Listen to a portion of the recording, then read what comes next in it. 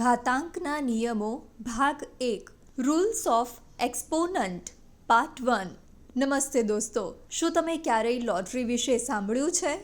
ધારો કે તમે એક લોટરી જીતો છો. તમને ઇનામ માટે 2 વિકલ્પો આપવામાં આવે છે. પહેલો, પૂરા 5 કરોડ રૂપિયા અથવા 1 રૂપિયો, જે સતત 30 દિવસ સુધી રોજ બમણો થતો રહેશે. એટલે કે પહેલે દિવસે 1 રૂપિયો, બીજા દિવસે 2 રૂપિયા, ત્રીજા દિવસે 4 રૂપિયા, પછી 8. તો તમે કયું ઇનામ પસંદ કરશો? મોટા ભાગના લોકો 5 કરોડ જ પસંદ કરશે. પણ તમને જાણીને આશ્ચર્ય થશે કે બીજા વિકલ્પમાં ઇનામ 5 કરોડથી ઘણું વધારે થાય છે. કેવી રીતે? પહેલા દિવસે 1 રૂપિયો, પછી 2 રૂપિયા, પછી 4, ત્યારબાદ 8 રૂપિયા, અને આવી રીતે 30મા દિવસે તે થશે 53,68,70,912 રૂપિયા. થઈ ગયા ને હેરાન? આ જ તો છે ઘાતાંકનું જાદુ. હવે તમે વિચારી રહ્યા હશો કે આ ઘાતાંક શું છે? કોષ્ટકને ધ્યાનથી જુઓ. શું તમે આવી સંખ્યાઓ પહેલાં ક્યારેય જોઈ છે? 2ની ઉપર લખેલ આ 1, 2, 3 વગેરે શું દર્શાવે છે? 2ની ઉપર લખેલો 1 બતાવે છે કે અહીં 2 એક જ વાર છે, જ્યારે 2ની ઉપર લખેલ 2નો અર્થ એ છે કે અહીં 2નો 2 વાર ગુણાકાર થઈ રહ્યો છે. 2ની ઉપર 3નો અર્થ છે 2 ગુણ્યા 2 ગુણ્યા 2. આને જોઈને આપણે કહી શકીએ છીએ કે 2ની ઉપર જે સંખ્યા લખી હશે તેટલી વાર 2ને ગુણવામાં આવ્યો હશે. આવી રીતે 30મા દિવસે આપણી પાસે 2ની ઉપર 29 લખ્યો હશે. તેથી 2ને 29 વાર ગુણ્યો હશે. તેથી જ તો આટલી મોટી રકમ બની રહી છે. હવે કહો કે આનો અર્થ શું છે? તેનો અર્થ છે કે અહીંયા 7 3 વાર અને એ 4 વાર ગુણાશે.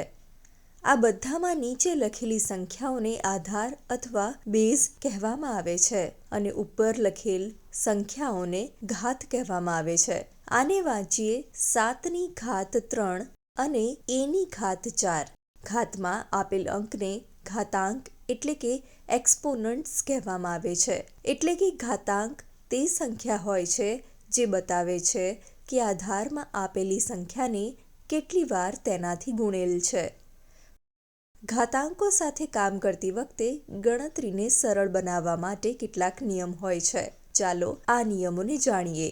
જો પ્રશ્ન છે એની ઘાત 6 ગુણ્યા એની ઘાત 3, તો આને કેવી રીતે હલ કરીશું? એની ઘાત 6નો અર્થ એ છે એને 6 વાર ગુણવો. એ જ રીતે એની ઘાત 3નો અર્થ છે એને 3 વાર ગુણવો. એનો અર્થ થયો એને 9 વાર ગુણાકાર કરવો, જેને આપણે એની ઘાત 9 પણ લખી શકીએ. અહીં ધ્યાન આપવા જેવી વાત એ છે કે સવાલમાં આપેલ ઘાતાંક 6 અને 3નો સરવાળો કરવાથી આપણને 9 મળે છે.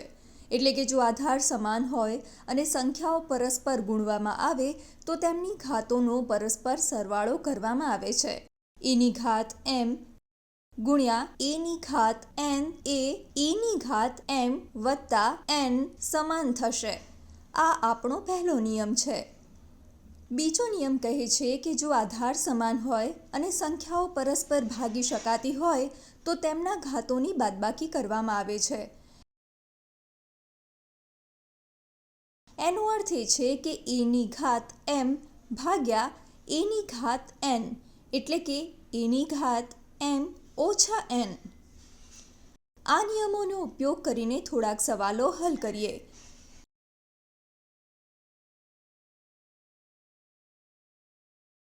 અહીં ધ્યાન રાખવાની વાત એ છે કે જ્યારે આધાર સમાન હોય ત્યારે જ ઘાત સંખ્યાઓનો ગુણાકાર કે ભાગાકાર કરતી વખતે ઘાતાંકોને ઉમેરવા કે બાદ કરવામાં આવે છે. અહીં 5ની ઘાત 0નો શું અર્થ છે? 5ની ઘાત 3ને 5ની ઘાત 3થી જ ભાગવામાં આવે તો જવાબમાં 1 મળે છે. તેનો અર્થ એ છે 5ની ઘાત 0, જે 1ની સમાન છે. કોઈ પણ સંખ્યાની ઘાત જો 0 હોય તો તે સીધી 1 બની જાય છે. આ આપણો ત્રીજો નિયમ છે. આ કોષ્ટકમાં પણ પહેલા દિવસમાં 2ની ઘાત 0 1ની સમાન હતી. તો આ વિડીયોમાં આપણે ઘાતાંકોના આ 3 નિયમ જાણ્યા. અન્ય 4 નિયમ વિશે આપણે હવે પછીના વિડીયોમાં જાણીશું.